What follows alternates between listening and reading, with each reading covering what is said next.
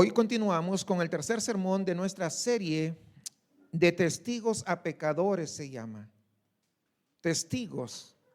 Somos testigos de lo que Cristo ha hecho y sigue haciendo en cada una de nuestras vidas. El sermón de hoy tiene por título El Evangelio en 5 minutos. Usted va a decir, ¿a poco sí? Pues sí, vamos a darnos cuenta que no es complicado a veces lo que nosotros pensamos, para lo cual vamos a estar el día de hoy estudiando Primera de Corintios capítulo 15, versículo 1 hasta el versículo 8. Por un momento imagínese lo siguiente: está tomando un café en Starbucks o en Tim Hortons, a donde usted le guste, con un compañero de trabajo. Y la conversación está fluyendo. Hablan del fin de semana, hablan de su familia, hablan de las lluvias que acaba de pasar. ¿Cómo te fue con la lluvia? ¿No? Esa es una pregunta también clásica. Y de repente este amigo se detiene, deja la taza de café sobre la mesa y te mira así directamente a los ojos. Y te dice, oye, te quiero preguntar algo. He notado que hay algo diferente en ti. No sé cómo explicarlo. Veo paz tal vez, o tal vez algo que otras personas o la gran mayoría no lo tienen. Y pues yo siempre he escuchado del Evangelio y me da curiosidad. ¿Podrías decirme tú qué es exactamente lo que tú crees? Y en ese momento tu corazón comienza, parece que estás con una arritmia. Más rápido.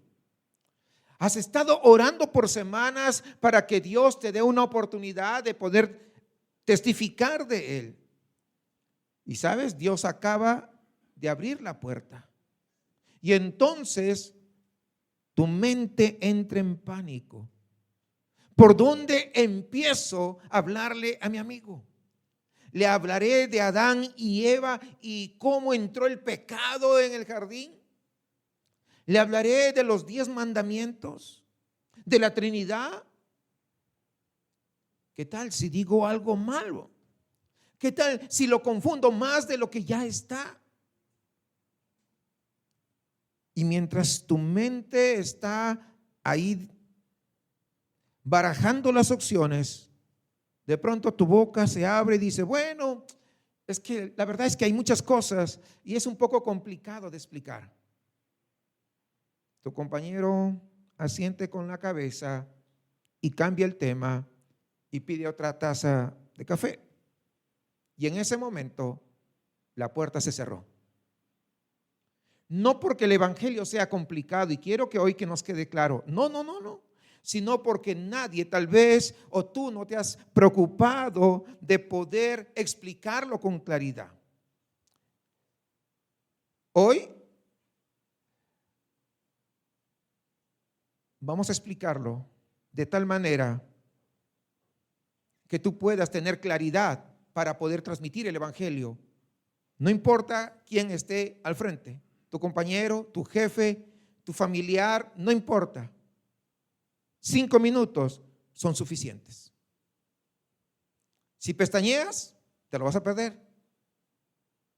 Abramos nuestras Biblias. Primera de Corintios, capítulo 15, versículo 1 al 8. El apóstol Pablo está escribiendo a una iglesia en crisis, no se olvide. Y él hace algo que ningún teólogo moderno hubiera esperado. Está resumiendo o va a resumir el evangelio más importante de todo el universo en 4 frases. No lo complica, no lo diluye, lo dice con mucha precisión. ¿Estamos listos para leer? Primera de Corintios 15, desde el versículo 1 al versículo 8. Por favor, todos con reverencia lo leemos juntos. Además os declaro, hermanos, el evangelio que os he predicado, el cual también recibisteis, en el cual también perseveráis, por el cual asimismo, si retenéis la palabra que os he predicado, sois salvos. Si no, creísteis en vano. Porque primeramente os he enseñado lo que asimismo recibí, que Cristo murió por nuestros pecados, conforme a las Escrituras, y que fue sepultado y que resucitó al tercer día conforme a las Escrituras, y que apareció a Cefas y después a los 12. Después apareció a más de 500 hermanos a la vez, de los cuales muchos viven aún y otros ya duermen. Después apareció a Jacobo, después a todos los apóstoles. Al último de todos, como a un abortivo, me apareció a mí. Oremos al Señor. Padre, con reverencia nos dirigimos ante el trono celestial. Gracias por tu evangelio, que no es complicado, sino es muy claro, Señor. Es tan simple que un niño lo puede creer y tan profundo que nunca terminaremos de conocerlo. Te suplicamos que en esta mañana, todos los que estamos acá reunidos, nos ayudes a tener bastante claridad, no solamente para entenderlo, sino para proclamarlo, para decirlo y para compartirlo. Señor, que tu Espíritu Santo pueda obrar en cada uno de nuestros corazones. Abre nuestro entendimiento, Señor. Si hay alguien aquí que todavía no lo ha recibido, que este sea el día en que todo cambie para su vida. Te pido esto en el nombre de Jesús. Amén. Pueden tomar sus lugares, por favor. La semana pasada aprendimos sobre el poder del testimonio personal. Hace un tiempo atrás, una hermana, ya un tiempo, digo años realmente, una hermana me mandó un mensaje. Pastor, mi prima me llamó, está en medio de una crisis. Me preguntó cómo es que yo tengo paz en medio de todo. Y lo único que hice, dijo esta hermana, fue contar mi testimonio tal como lo aprendí. Nada más. Y al final me preguntó, ¿puedo o cómo puedo tener yo a Jesús también en mi vida? El testimonio abrió la puerta perfectamente, pero entonces llegó la pregunta del millón: ¿cómo puedo ser salva? Y esta hermana escribió: pastor, me trabé, dije cosas muy confusas, mezclé conceptos de aquí y por allá, y yo creo que en lugar de ayudarla, la confundí. Estaba lista para dar ese paso porque ella quería realmente, ¿verdad?, conocer a ese Jesús que me está dando paz en medio de la crisis, y yo no supe qué decirle. Hermanos, eso pasa mucho más de lo que nosotros podemos pensar. No porque de repente la persona no ame a Cristo, no porque tal vez no quiera compartirlo, sino porque nadie le enseñó a hacerlo con tanta claridad. El pastor Tim Keller lo decía de esta manera: el evangelio no es el ABC del cristianismo. El evangelio es desde la A hasta la Z. El evangelio no solamente es el punto de entrada para la vida cristiana. El evangelio es todo el recorrido, todo el camino completo de la vida de un cristiano. Pero si lo que predicamos se puede resumir en: es que tú tienes que ser una buena persona para que Dios te ame, déjeme decirle que ese no es el evangelio. Eso es filosofía con un vocabulario religioso. El evangelio tiene un contenido preciso, tiene un nombre, tiene una historia, tiene una demanda, y hoy es lo que vamos a aprender todos juntos en esta mañana. Para entender, hermanos amados, lo que Pablo escribe aquí en 1 de Corintios 15, necesitamos saber qué cosa estaba pasando en esta iglesia. Usted debe recordar que la iglesia de Corinto era una iglesia bastante joven, y como una iglesia joven era conflictiva también. Pablo ya les había escrito sobre las divisiones que existían, que eso no estaba bien. Pablo les había escrito sobre las inmoralidades. Pablo les había escrito cómo debería tratarse cuando había pleitos entre hermanos, pero ahora fíjense, al llegar al capítulo 15, va a tocar algo que Pablo considera más urgente que todo lo que ha venido diciendo anteriormente. Algunos en esa iglesia habían comenzado a negar la resurrección de los muertos. Y Pablo, fíjense esto, entiende que si la resurrección cae, el evangelio entero también cae con ella. Por eso, antes de defender la resurrección, en los versículos 12 hasta el 58 de este capítulo, Pablo hace algo estratégico. ¿Qué cosa es? Define el evangelio con una precisión absoluta desde el versículo 1 hasta el versículo 8 que leímos en esta mañana. Fíjate en el versículo 3, Pablo dice: primeramente os he enseñado.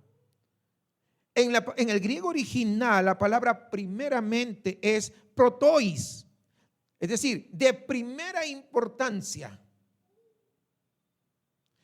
Pablo está diciendo lo más urgente, lo que va antes de todo lo demás, es lo que Pablo está queriendo transmitir. Pablo está diciendo, de todo lo que yo les he enseñado, esto que voy a escribir es lo más importante. No que no sea importante lo anterior, sino esto es lo más importante. No la doctrina de los ángeles, no cuando Cristo viene, no el rapto, no las genealogías del Antiguo Testamento, no, el evangelio es lo más importante. Y nota algo más que dice: os he enseñado lo que asimismo recibí. Es decir, si usted se da cuenta, Pablo no está inventando ningún mensaje. A Pablo le fue entregado y él, así como un maestro lo transmite a su discípulo, ahora Pablo lo transmite a los de él. Es lo que está haciendo. Y ellos, los de Corinto, lo iban a entregar también a otros. Es decir, pasas, lo que recibes vas pasando y él va pasando a la vez a otro y así. Y esta es la conexión, hermanos, entre estas 3 semanas que estamos llevando esta serie. Usted recordará, en la semana 1 aprendimos que la gran comisión es absolutamente para todos. La semana 2, es decir, el domingo pasado aprendimos sobre la importancia del testimonio personal.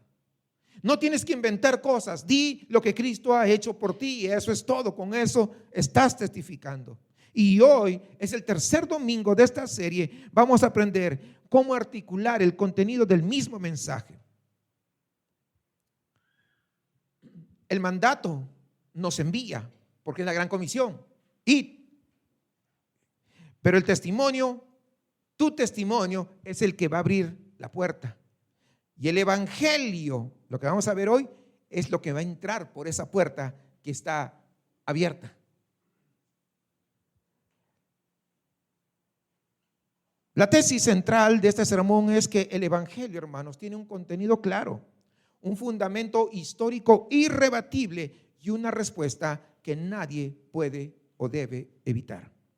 Y vamos a ver en 4 puntos. Permítame volver a leer el versículo 3. Porque primeramente dice, os he enseñado lo que asimismo recibí. ¿Se dan cuenta? Enseña lo que él recibe, nada inventa. Él recibió y eso es lo que está transmitiendo. Dice, ¿qué cosa, Pablo? ¿Qué cosa vas a enseñar? ¿Qué cosa recibiste? Que Cristo murió por nuestros pecados conforme a las Escrituras. Pablo comienza con estas 2 palabras que en el griego tiene el peso de una declaración judicial. ¿Cuál es? Cristo murió. No pasó a mejor vida, no descansa en paz, no vuela alto como ahora se acostumbra, no dejó un gran legado, no, tampoco dejó un ejemplo admirable. Aquí murió en el griego es apetatanen, es decir, en gramáticas es un aoristo indicativo activo. ¿Qué significa? Que hay una acción completa. Murió, sí. Es definitiva, sí. Es histórica, sí. En un momento específico del tiempo esto sucedió. ¿Bajo cuándo? Bajo Poncio Pilatos, en una colina que se llamaba Gólgota. Es decir, es un hecho histórico verificable. Eso pasó. Jesús de Nazaret, clavado en una cruz romana, ahí murió. Pero aquí surge la pregunta que toda persona honesta termina haciendo: ¿por qué Jesús tenía que morir? ¿Por qué Dios no simplemente perdonó sin necesidad que su hijo muriera? ¿Y sabe dónde está la respuesta? En la naturaleza de nuestro Dios. Dios es perfectamente misericordioso, pero también Dios es perfectamente justo. Dos cosas: misericordioso perfectamente y justo perfectamente justo. Romanos 3:26 lo dice de manera impresionante: Dios es justo y el que justifica. Dos cosas, las dos al mismo tiempo. Es decir, que Dios no puede ignorar el pecado sin dejar de ser justo. Del mismo modo que un juez que libera de repente a un asesino, le dice: no, pues yo sé que estás asesinado, pero yo soy buena gente, así que yo te voy a dar libertad. ¿Para qué vas a ir al penal? No vale la pena, te vas a corromper, pero yo te doy libertad. ¿Saben qué? Él no es justo, él es un corrupto. Y Dios no lo es. Pero tampoco Dios te condena sin ofrecer salida, porque no es solo justo, sino que Dios es amor. ¿Se dan cuenta? Dios es amor. Y la solución a eso, que haga justicia y que sea justo y que muestre amor, ¿sabe dónde está? En la cruz. Ahí está. Esa es la solución a esta tensión. 2 Corintios 5:21 lo dice con una claridad que debería quitarnos el aliento a nosotros. Al que no conoció pecado, dice. ¿Por qué? Por nosotros. Y tendríamos que decir: por mí lo hizo pecado. ¿Para qué, Pablo? ¿Para qué? Para que nosotros fuésemos hechos justicia de Dios en él. ¿Qué quiere decir? Cristo tomó tu lugar. El que merecía morir eras tú, era yo. Porque yo soy el pecador, tú eres el pecador. Tú has ofendido a Dios. Tú eres rebelde y siempre le estás dando la espalda a Dios. Siempre te quieres ir por donde se te da la gana. Igual yo. ¿Quién tendría que morir? Yo. ¿Quién tendría que ser castigado por Dios? Yo. Pero ¿sabes algo? Cristo tomó tu lugar y mi lugar. La ira que tú merecías, Cristo la recibió cuando estaba siendo crucificado ahí en la cruz. El castigo que te correspondía a ti, Él lo sufrió en esa cruz. Eso no es un buen maestro dando un buen ejemplo, si te das cuenta. No, eso es un sustituto muriendo en tu lugar. Spurgeon, este hombre que tenía, o que le decían el príncipe de los predicadores, tenía una práctica que definió toda su predicación. Y él siempre decía: cuando yo tomo un pasaje, lo que yo hago es trazar una línea directo hacia la cruz. No importaba dónde el texto comenzara, el destino siempre era el mismo: el evangelio de Cristo. Y cuando ese destino se convierte claro a ti, las palabras van a encontrar de una manera o de otra su camino naturalmente hacia los demás. Pero precisamente ahí, hermanos, en ese punto donde las palabras deberían de encontrar ese camino, muchos de nosotros nos detenemos porque no sabemos qué decir. Y vale la pena preguntarse: ¿por qué? ¿Por qué? Si yo ya tengo todo eso, ¿por qué? Y la respuesta honesta es esta: porque operamos, aunque no lo queramos reconocer, operamos bajo el peso de un ídolo que raramente lo nombramos. Es el ídolo de la suficiencia propia. Sí, porque sentimos nosotros que para poder hablar del evangelio, primero tenemos que ser suficientemente elocuentes. Si usted se da cuenta, muchos: ¿por qué no compartes el evangelio? Ay, es que no sé qué decir. ¿Te das cuenta? Estás hablando de tu suficiencia. Pensamos que tenemos que ser lo suficientemente buenos para compartir el evangelio. Y como nunca nos sentimos buenos completamente así, esperamos cuando tú sepas más, cuando tu vida esté más ordenada, cuando tengas tal vez las palabras exactas. Yo no sé si tú te reconoces ahí que no has dado el paso para poder hablar por esto que te estoy mencionando ahora mismo. Porque la trampa es que el evangelio no es tuyo, no lo fabricaste, no tienes que merecerte el derecho de poder entregarlo. ¿Sabes? Te voy a explicar. Tú eres como un cartero que lleva una carta, pero el cartero no escribe la carta, ¿o sí? El único que hace el cartero es recibir la carta y entregar la carta. El cartero no escribe esa carta. Pero ¿sabes qué? Pero el hecho de entregar la carta puede cambiar la vida del destinatario. El cartero no necesita haber escrito la carta para entregarla bien. Lo único que el cartero necesita, ¿qué cosa es? Recibir la carta y entregar la carta. Y aquí está lo que el evangelio hace con este ídolo. No te pide que lo venzas por esfuerzo. Te muestra que el mismo Cristo que murió en tu lugar tampoco exigió tu suficiencia cuando te salvó a ti. Tú no eras suficiente para que Cristo muriera en la cruz. Yo tampoco. No te exigió, ¿sabes qué? Tú tienes que hablar bien, tú tienes que dominar esto, aquello, lo otro, tú tienes que portarte bien. No. Cuando llegó a buscarte, Cristo no esperó para que tú estés listo. Vino cuando tú todavía eras enemigo de Dios.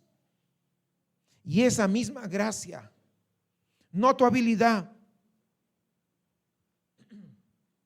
esa misma gracia es la que viaja en el mensaje que tú puedes llevar a otros. Al salir de acá, te propongo algo concreto. Trata de escribir el evangelio en tres frases, en tus propias palabras. Sí, hemos hablado del evangelio siempre, todas las semanas hablamos sobre ello. Escríbelas en un papel, como un ejercicio. No para lucirte ante nadie, solamente para que cuando llegue el momento, tus pensamientos ya tengan el camino por donde tienes que ir. Cómo tienes que guiarte. Y antes de intentar decírselo a alguien más, trae a Dios ese miedo que acabamos de nombrar. Y tal vez podrías decir algo como: Señor, lo que yo tengo para dar es lo que recibí de ti. Así como el apóstol Pablo dio lo que él había recibido. Y yo sé, Señor, que eso es suficiente para que tú puedas trabajar conmigo. Esa oración, hermanos, no es una falsa humildad. No. Esa oración es una confianza genuina en ese Dios que te dio la encomienda. Cuando esa oración está hecha, el siguiente paso ya lo sabes. En una conversación normal, natural, en esta semana, menciona: Dios cambió mi vida. No tiene que ser más explícita. Dios cambió mi vida. Y usted pregunta: ¿cómo? Pues define las cosas. No tienes que exagerar, no tienes que decir: no. Mira, esto es lo que era antes de Cristo y esto es lo que soy ahora por la gracia de Dios.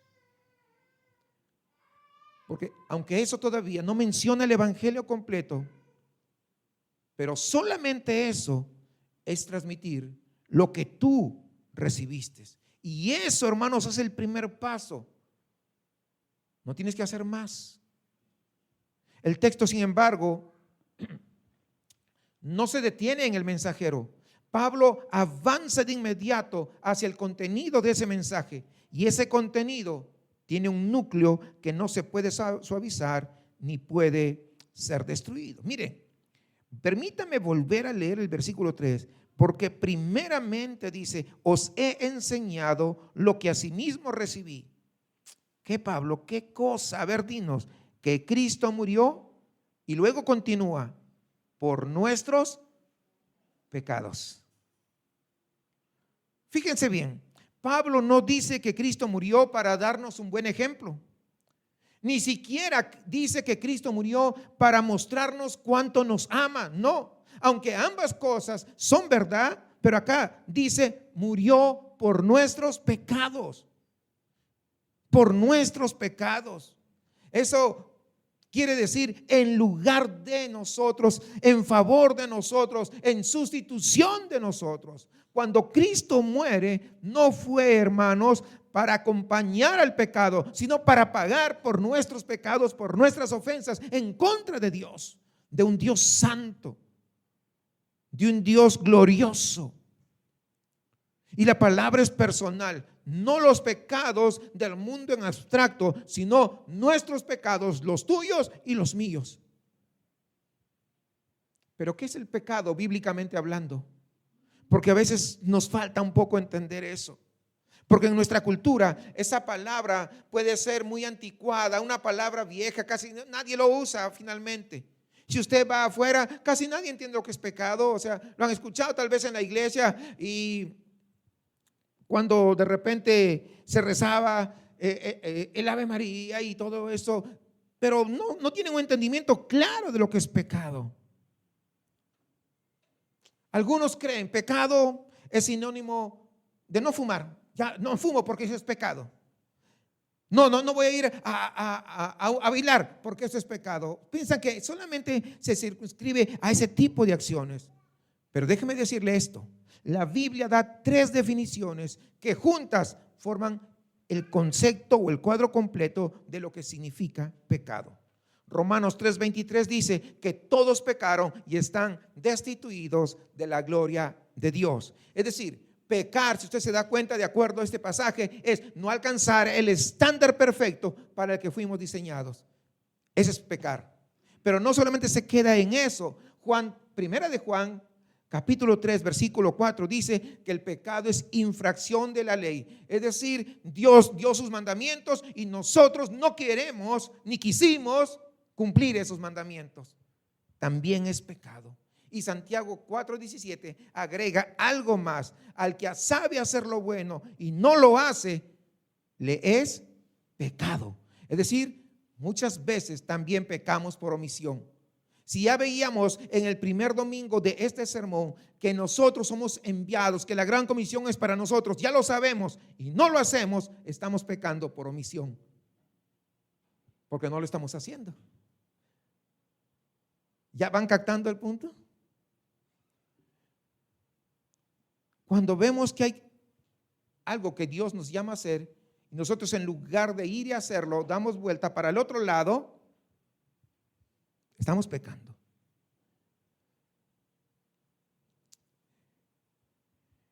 Imagina que debes una cantidad de dinero tan grande que no podrías pagarlo con 100 vidas que si tú tuvieras, no lo podrías hacer.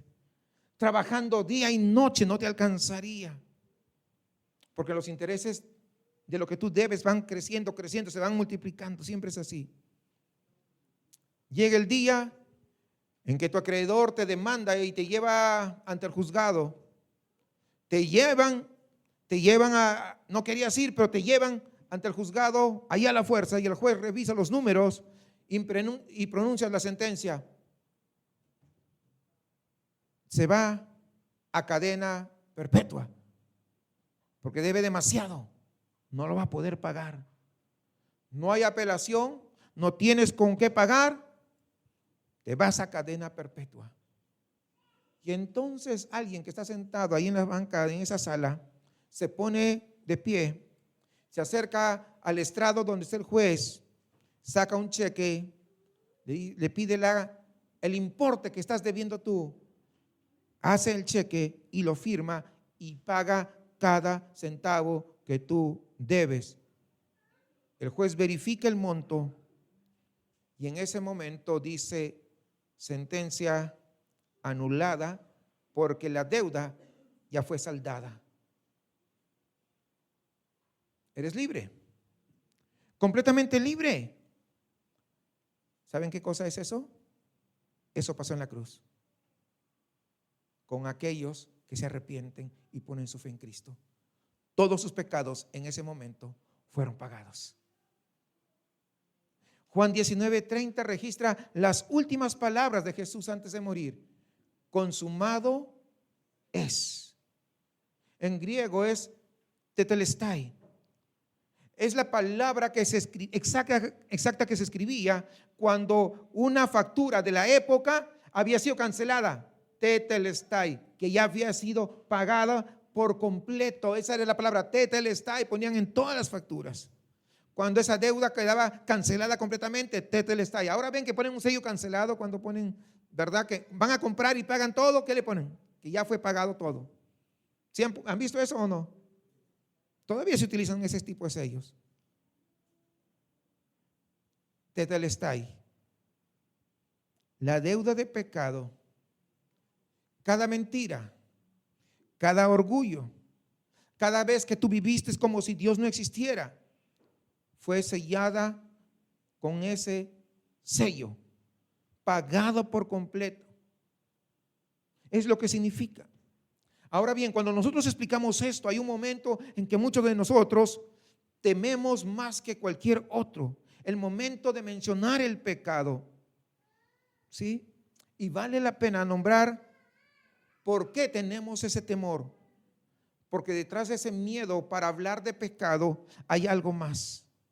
En una cultura, hermanos, que considera que señalar el problema de alguien es la mayor ofensa posible, decirle al compañero de trabajo, decirle a tu hermano, a tu papá, a tu mamá, que hay algo llamado pecado y que afecta la relación entre tu familiar, entre tu amigo y Dios, muchas veces suena agresivo. Y entonces, sin darnos cuenta, muchas veces no hablamos de ello. Tú te haces el loco, el oxiso, ¿sabes qué? Pero comienzas a ajustar el mensaje. Quitamos pecado, suavizamos la demanda y lo que queda es un evangelio anestesiado, un evangelio descafeinado. ¿Sí? Porque no lo quieres ofender a nadie.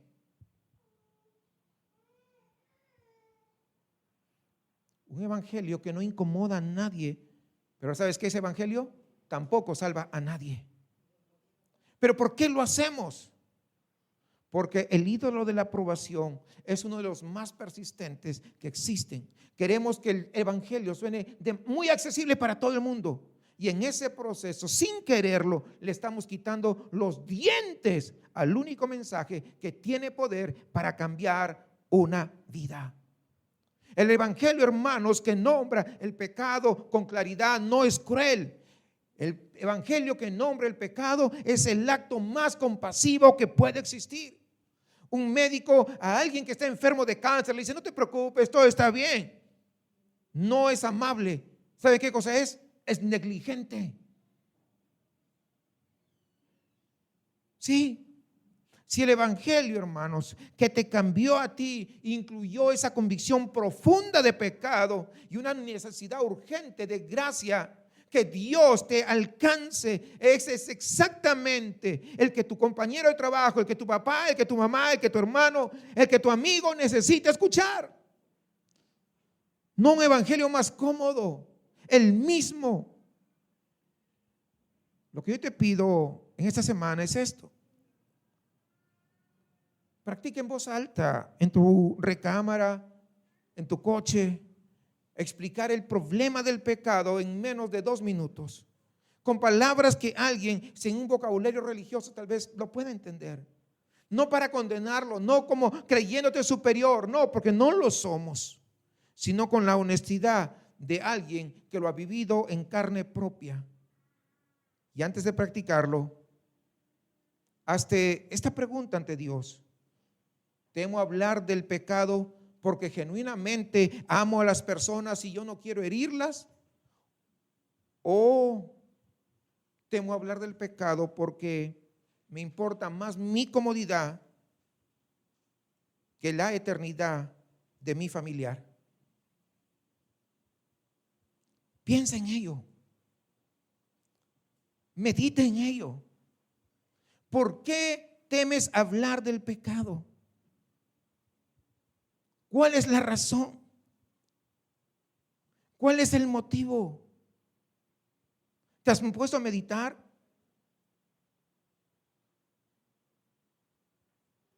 Solo tú y Dios pueden responder por qué temes hablar del pecado a otros.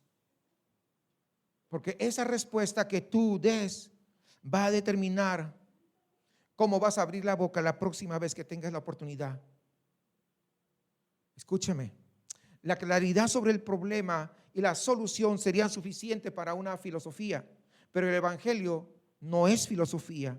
El evangelio descansa en un hecho histórico, con testigos reales, y Pablo insiste en eso con una determinación que realmente resulta bastante notable. Permíteme, voy a volver a leer por tercera vez este versículo 3, pero hasta el 8 en esta oportunidad. Dice: porque primeramente os he enseñado lo que asimismo recibí, que Cristo murió por nuestros pecados conforme a las Escrituras. Versículo 4, y que fue sepultado y que resucitó al tercer día. ¿Qué más dice? Conforme a las Escrituras, y que apareció a Cefas y después a los 12, después apareció a más de 500 hermanos a la vez, de los cuales muchos viven aún y otros ya duermen. Después apareció a Jacobo, después a todos los apóstoles, y al último de todos, como a un abortivo, me apareció a mí. Mira esta frase por un momento, que Pablo incluyó aquí 2 veces, conforme a las Escrituras. Es decir, no es un relleno literario. Pablo está haciendo una afirmación de peso histórico. Lo que ocurrió en la cruz y en la tumba vacía no fue un accidente, no fue una improvisación, fue el cumplimiento exacto de lo que Dios había anunciado siglos antes, con mucha anticipación a través de sus profetas. El mismo evangelio que predicamos hoy fue prometido en Génesis 3:15, es decir, empezando, nada más. Luego fue descrito en Isaías 53 y anunciado en el Salmo 22. Cristo, hermanos, no llegó a improvisar, Cristo llegó a cumplir lo que se había profetizado. Y en el entierro, ese detalle que frecuentemente pasamos por alto es indispensable, porque los enemigos de Jesús, hermanos, usted recordará, ellos verificaron su muerte. José de Arimatea y Nicodemo prepararon ese cuerpo, dice que lo envolvieron y lo pusieron en una tumba completamente nueva. Y esa tumba fue sellada con una enorme piedra y custodiada por la guardia romana. No hubo confusión, no hubo desmayo, no se fingió. Jesús verdaderamente estuvo muerto. Y eso hace, hermanos, que lo que sigue sea imposiblemente más poderoso. Desde luego que sí. Imagina que tú eres uno de los pescadores que lo había seguido a Jesús. Imagina que tú eres Andrés, que pasaste 3 años al lado de este hombre. Tú lo viste sanar ciegos, tú lo viste calmar a la tormenta, tú lo viste incluso resucitar muertos. Pero un viernes por la tarde lo viste morir en una cruz, en la cruz más vergonzosa que el imperio romano podía ofrecer. Te fuiste después de verlo muerto, te fuiste a tu casa destruido, agüitado, como dicen acá. La historia había terminado. El sueño había muerto. Y el domingo por la mañana te dicen que la tumba donde tu maestro había sido enterrado ahora estaba vacía. Y tú no lo crees y comienzas a correr. Y cuando llegas, ves en esa tumba las vendas que estaban dobladas allí en el suelo. Y entonces, al salir de esa tumba, al querer salir desesperado a saber encontrarlo en donde sea, con tus propios ojos comienzas a ver el mismo cuerpo, las mismas manos, la misma voz, las mismas marcas. Ese es tu maestro, que ya no está en esa tumba. ¿Cómo te callas después de eso? ¿Qué poder humano podría silenciarte? Eso es precisamente lo que Pablo está enumerando en el versículo 5 al versículo 8. Si tú te das cuenta, Pablo no construye un argumento filosófico, aunque podría haberlo hecho. Lo que hace Pablo es hacer la lista de los testigos con nombres y cuántos eran. Cefas, los 12, más de 500 personas al mismo tiempo. Y Pablo añade con una calma extraordinaria, de los cuales muchos viven aún. Es como que Pablo está diciendo: si ustedes no me creen, ve y pregúntales. Están vivos. Pregúntales a ellos. Es decir, lo que te estoy transmitiendo es verificable. Jacobo lo vio, todos los apóstoles lo vieron. Y Pablo mismo, el último de todos, aquel que perseguía a la iglesia, lo vio cuando iba camino hacia Damasco. Pero ahora viene la pregunta que este cuadro de testigos nos deja flotando ahí en el aire.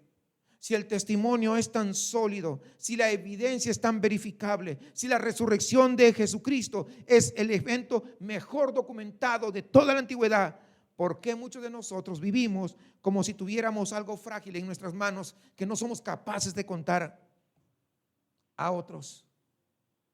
¿Sabes por qué? Porque hay un ídolo que pocas veces nombramos en el contexto de poder evangelizar a otras personas: el ídolo del control intelectual.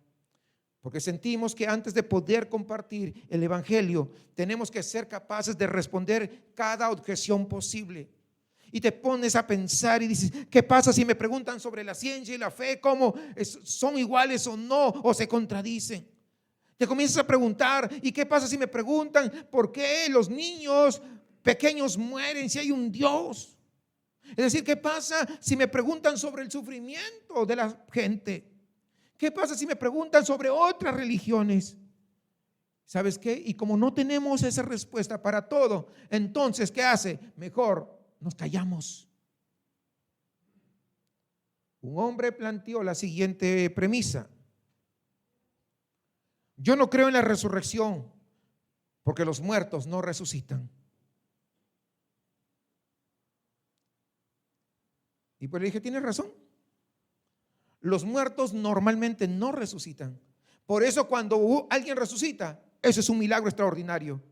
Y ese milagro prueba que Jesús no era un hombre ordinario. Este hombre se quedó en silencio y dijo: nunca lo había pensado así. Y 3 meses después recibió a Cristo como su Salvador. Recuerda, tú no eres el abogado. Escucha, no eres el abogado de Dios. Tú no eres defensor del evangelio. No tienes que ganar el caso. Tú lo único que eres el testigo. Un testigo que lo único que dice es lo que vio en su propia vida. No tienes que contar de alguien, de ti. A eso somos llamados, para transmitir a otras personas. Como escribió Max Stiles, un especialista en evangelismo congregacional, él dijo: cuando una iglesia está saturada del evangelio en su vida cotidiana, no solamente en sus programas, hablar de él deja de sentirse como cumplir un requisito y empieza a sentirse como compartir lo que tú más amas. Porque si no compartes, tal vez eso muestra que no amas tanto a tu Salvador. Es decir, que el problema no es falta de argumentos, el problema es falta de saturación de Cristo mismo, del evangelio. Lo que te libera, hermanos, de esa parálisis intelectual no es estudiar más apologética, aunque eso ayuda sin duda, sino orar con honestidad delante de tu Dios y poder decir: Señor, yo reconozco que no tengo la respuesta para todo, pero sé lo que tú has hecho en mí, y eso es lo que puedo dar con honestidad. Y sabes, Dios te va a usar. Te va a usar, porque Dios no necesita que tú que hayas estudiado un doctorado, una maestría para recién usarte. No, Dios usa a una persona que de repente ni siquiera estudió, no tiene estudios formales. No importa, Dios usa a aquellos que se humillan de todo corazón. Esa oración que acabo de decirles, esa es la oración que impulsa a abrir la boca. Y cuando tu boca se abre, el Espíritu Santo que resucitó a Jesús de entre los muertos es perfectamente de hacer capaz lo imposible. Y vas a testificar como nunca lo has hecho en tu vida. Tu trabajo, básicamente yo quiero que lo resumas, es escribir en 5 oraciones tu historia. 1, 2, 3, 4. ¿Cómo era antes de Cristo? ¿Qué sucedió? ¿Y cómo eres ahora? ¿Sabes por qué tu historia? Porque tu historia es irrefutable, nadie te lo puede refutar, nadie te puede contradecir. Yo no creo. No, pues, ¿quién te va a decir? Yo no. Si te dicen no creo, tú dices, pues está bien si tú no crees, pero es mi historia, es lo que Dios ha hecho en mí, es irrefutable. Nadie puede argumentar en contra de tu propia experiencia. Hermano, recuerde esto, el evangelio llega a su destino solo cuando alcanza el corazón de la persona que lo escucha, y para eso no termina en la proclamación, sino exige siempre una respuesta. Y en el versículo 4 dice, y que fue sepultado y que resucitó al tercer día conforme a las Escrituras. Y que resucitó, en el griego original habla de un perfecto indicativo pasivo, es decir, una acción que se completó en el pasado, sí, pero cuyos efectos permanecen activos en el presente. Jesús resucitó y sigue resucitado. Es lo que nos está diciendo acá. No murió nuevamente, hoy está vivo. Pablo, hermanos, lo deja claro en el versículo 17 de este mismo capítulo. Dice, y si Cristo no resucitó, vuestra fe es vana, aún estáis en vuestros pecados. Si Cristo no resucitó, la muerte no fue derrotada, el pecado no fue pagado y toda nuestra fe es inútil. Pero Cristo sí resucitó, hermanos, y eso cambia absolutamente todo. ¿Por qué? Porque la resurrección no es un final simbólico de una historia bonita. No. Es la prueba de que el pago por tus pecados y mis pecados fue aceptado por el Padre. Es el recibo sellado que dice pagado, pagado. Y si el Padre no hubiera aceptado la ofrenda de Cristo, ¿saben qué pasaría? Jesús se habría quedado en esa tumba.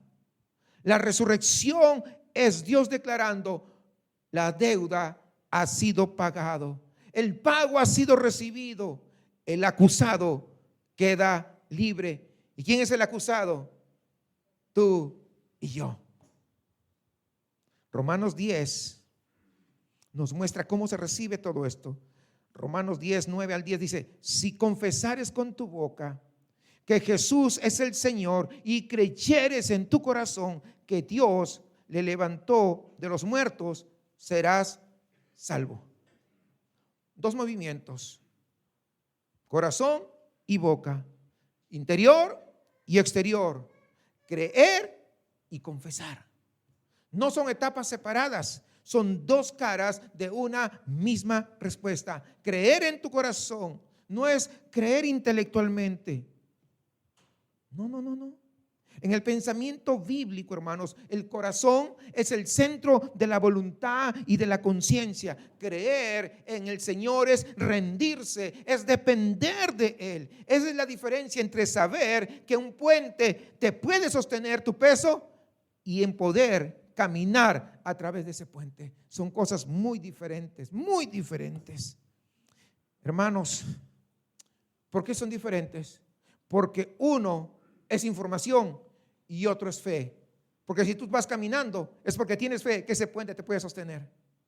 Es más, ahí donde está usted sentado, ¿usted por qué se sentó? Porque tiene fe que esa silla lo va a sostener. Porque una cosa es saber que esa silla me puede sostener y otra cosa es sentarme firmemente en la silla porque tengo fe que la silla me sostiene. ¿Sí o no? Son cosas diferentes. Uno lo tengo acá y lo otro es por fe. Y usted se sentó en esa silla porque conoce o porque tiene fe. Porque tiene fe. ¿Ven la diferencia entre una cosa y lo otro? Uno es información y lo otro es fe. Por eso dice, confesar con la boca no es una fórmula. Confesar con la boca es la expresión exterior de una realidad interior. Lo que genuinamente llena el corazón termina saliendo por la boca. Si Jesús es realmente tu Señor, en algún momento lo dirás. Y la promesa es definitiva: serás salvo. Eso es lo que estamos ofreciendo cuando evangelizamos. Cuando evangelizamos, hermano, no estamos invitando a la gente a unirse a nuestra iglesia. No estamos reclutando voluntarios para nuestros programas.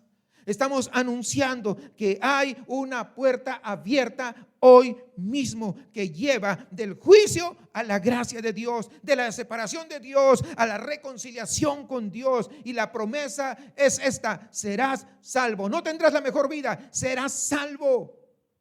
No dice podrías ser salvo. No, serás salvo. No es estarás en una mejor posición, es serás salvo. Hay religiones que predican y se amanecen y llueva, truena, relampaguea, están afuera en la calle porque ellos aspiran a ser parte de los 144,000 y no están seguros. Pero la Biblia es clara: serás salvo. El texto es declarativo, es definitivo y además es glorioso. Pero aquí hay un ídolo que raramente lo nombramos en el contexto del evangelismo: el ídolo del rendimiento. ¿Sabes por qué? Escúchame, ¿sabes por qué? Porque nos sentimos responsables de los resultados. Ese es un problema. Porque si la persona que tú le estás predicando el evangelio no responde, te sientes que has fallado. Si la conversación no termina en una decisión visible de arrepentimiento de la persona, tú sientes que has desperdiciado el momento. Y esa presión nos lleva a dos extremos que son igualmente dañinos. O presionamos manipulando a la persona para que tome una decisión ya. O comenzamos a evitar la conversación por completo para no sentirnos responsables del rechazo hacia nosotros. Pero ¿qué hay detrás de eso? ¿Saben qué cosa hay detrás? Que estamos confundiendo nuestra tarea con la tarea de Dios. Pablo lo dejó claro en 1 Corintios 3:6. Yo planté, Apolo regó, pero en tercer lugar dice, pero el crecimiento, ¿quién lo ha dado? Nadie más. O sea, tu responsabilidad como cartero es entregar la carta, no que el que recibe la carta se convierta. ¿Sí me entiendes? Esa no es tu responsabilidad. Así que dejémonos de ese tipo de cosas. Tu responsabilidad es llevar el evangelio, predicar el evangelio, dar tu testimonio, pero tu responsabilidad no es que se convierta esa persona. Eso solamente lo hace el Señor. Tu trabajo es plantar, tu trabajo es regar. La respuesta del corazón al evangelio, esa es una obra del Espíritu Santo, no tuya. Porque tú no puedes fabricar conversión, porque tú no tienes que hacerlo. Esa parte le corresponde a Dios. Ese no es tu negocio. El negocio de salvar almas es de Cristo. Y lo hace en el poder de su Espíritu Santo. Lo que sí puedes hacer, lo que el texto te da esta semana como herramienta práctica es esto: aprende a decir el evangelio en 5 minutos, sin tecnicismos, con tus propias palabras. En el primer minuto, ¿qué tienes que hacer? Definir el problema. Todos hemos pecado y hemos quebrantado los mandamientos de Dios, y consecuencia de haber quebrantado los mandamientos es que estamos separados de Dios. Primer minuto, suficiente. Segundo minuto, ¿qué tienes que mostrarle? La solución. Jesús vino a vivir la vida perfecta que ninguno pudo vivir. Él murió cargando exactamente los pecados que tú y yo cometimos. Segundo minuto. En el tercer minuto tienes que hablar sobre la victoria. Al tercer día Cristo resucitó, la tumba está vacía, y porque Él venció la muerte, tú también puedes vencer la muerte. 3 minutos van. El cuarto minuto, la respuesta: creer en el corazón que Jesús murió y resucitó y confesarlo como tu Señor. No es una decisión de membresía, es un acto de confianza en el ser más amoroso de todo el universo. Y el quinto minuto es la invitación: ¿qué quieres hacer ahora que sabes la verdad? Eso es todo. 5 minutos. Y aquí quiero ser claro: nadie es salvo por repetir una oración. Las palabras no tienen poder mágico. La salvación viene por arrepentirse y por confiar verdaderamente en Cristo Jesús.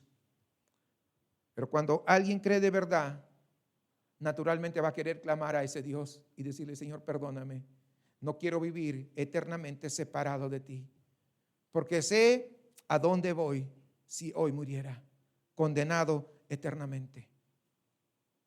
La boca naturalmente va a expresar lo que el corazón cree.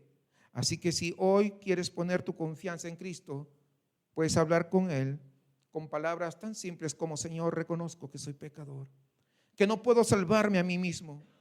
Creo que moriste por mis pecados. Creo que tú resucitaste. Hoy quiero dejar de confiar en mí y pongo mi confianza en ti. Perdóname, sálvame, gobierna mi vida, Señor. Te pido esto, aún sabiendo que no merezco nada de tu parte. Amén. Muy sencillo. No estoy haciendo la oración del pecador ni nada, si se da cuenta, es una oración, pero de lo profundo del corazón, de un corazón arrepentido, básicamente. Si hoy tú pones tu confianza verdadera en Cristo, Él promete salvar a todo aquel que viene con fe. Como dice en Romanos capítulo 1, versículo 16, el evangelio es poder de Dios para salvación. El poder no está en tu elocuencia, no está en que tú sabes hablar tan bonito. No, el poder está en el mensaje. No busques la perfección, busca claridad. Y cuando tú tengas claridad, practica la estructura de los 5 minutos en voz alta hasta que va a salir de manera natural. Lo puedes practicar en tu recámara, en tu coche, antes de dormir, pero practícalo una y otra vez. A veces he encontrado que algunos hermanos dicen: pastor, ¿y cómo usted le hace para poder estar hablando? Le invitan a la alberca, está predicando. Sí, me voy de vacaciones, estoy en la alberca. Ahí en la alberca metido, estoy con los otros turistas. Ahí le estoy hablando del evangelio. Me voy a cualquier lugar, estoy ahí hablando del evangelio. ¿Cómo lo haces? Es practicar. Y saber que yo no voy a convencer a nadie. Yo solamente soy un cartero, el más pequeño, nada más. ¿Ven cómo se les quita una carga enorme? Porque ya no está la responsabilidad en que usted, si se convierte, no se convierte, si reconoce a Cristo, no, ese no es tu problema, eso no es tu trabajo. Esa es obra del Espíritu Santo. Antes de llegar a la conclusión, necesito hacer un pequeño paréntesis. Para aquellos que de repente hoy nos están visitando por primera, segunda vez. Tal vez alguien llegaste acá porque te invitaron, no sabías qué esperar. Tal vez has estado caminando en tu vida con un vacío sin saber exactamente qué cosa es. Todavía no encuentras eso que llene tu corazón, tu vida. Quizás has escuchado hablar de Jesús toda tu vida, pero nunca ha sido algo tuyo de manera personal. Tal vez en tu trabajo, tal vez en la facultad, pues hablan de muchas cosas menos de Jesús. Permíteme decirte unas palabras simples. Sí. Todos nosotros, sin excepción, nacemos separados de Dios. No porque nosotros seamos monstruos, sino porque hemos vivido centrados en nosotros mismos siempre. Vivimos como si Dios no existiera. Vivimos como si Dios ni siquiera importara. Eso es lo que la Biblia lo llama pecado. Y esa separación tiene consecuencias muy reales.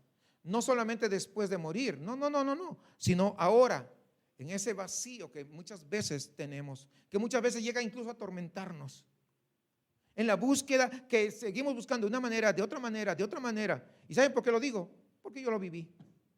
O sea, yo sé como ser humano que eso es lo que pasa. Con esa sensación que todavía me falta algo. Pero hace 2000 años, Dios mismo entró en la historia de este mundo en la persona de Jesús de Nazaret. Hace 2000 años. Él vivió la vida perfecta que ninguno de nosotros puede vivir. Él murió la muerte que nosotros, tú y yo, merecíamos. Y resucitó al tercer día de manera real, de manera corporal. Es algo que se puede comprobar históricamente, no necesariamente en la Biblia, en libros de la historia, que Cristo murió y Cristo resucitó para demostrar que esa muerte tuvo el efecto que prometió: reconciliarnos con Dios, que nos hizo a nosotros y que nos ama. Lo que te ofrece hoy no es una religión. No. Lo que te ofrece hoy es una relación. Lo que te ofrece hoy es un perdón real. Lo que te ofrece Dios hoy es una vida nueva. Y eso, si eso te llama la atención, si eso dices, oh, creo que eso es lo que estaba buscando, estoy tratando de llenar por mi cuenta y buscando por un lado y por otro este vacío, yo creo que eso es lo que yo estoy buscando. Al terminar el servicio puedes platicar conmigo y con mucho gusto te puedo ayudar. Si tú quieres, allí en tu lugar puedes orar en silencio. Palabras sencillas, no necesitas saber demasiado. Jesús, yo creo que moriste por mí. Yo creo que resucitaste. Yo quiero que tú seas mi Señor. La puerta está abierta hoy. Volvamos, hermanos, a esa mesa de café. Tu compañero de trabajo mirándote con esa genuina curiosidad. ¿Qué es eso del evangelio? Ahora ya sabes qué decir. Cristo murió por nuestros pecados. Cristo fue sepultado. Cristo al tercer día resucitó. Y no lo digo yo, hay testigos.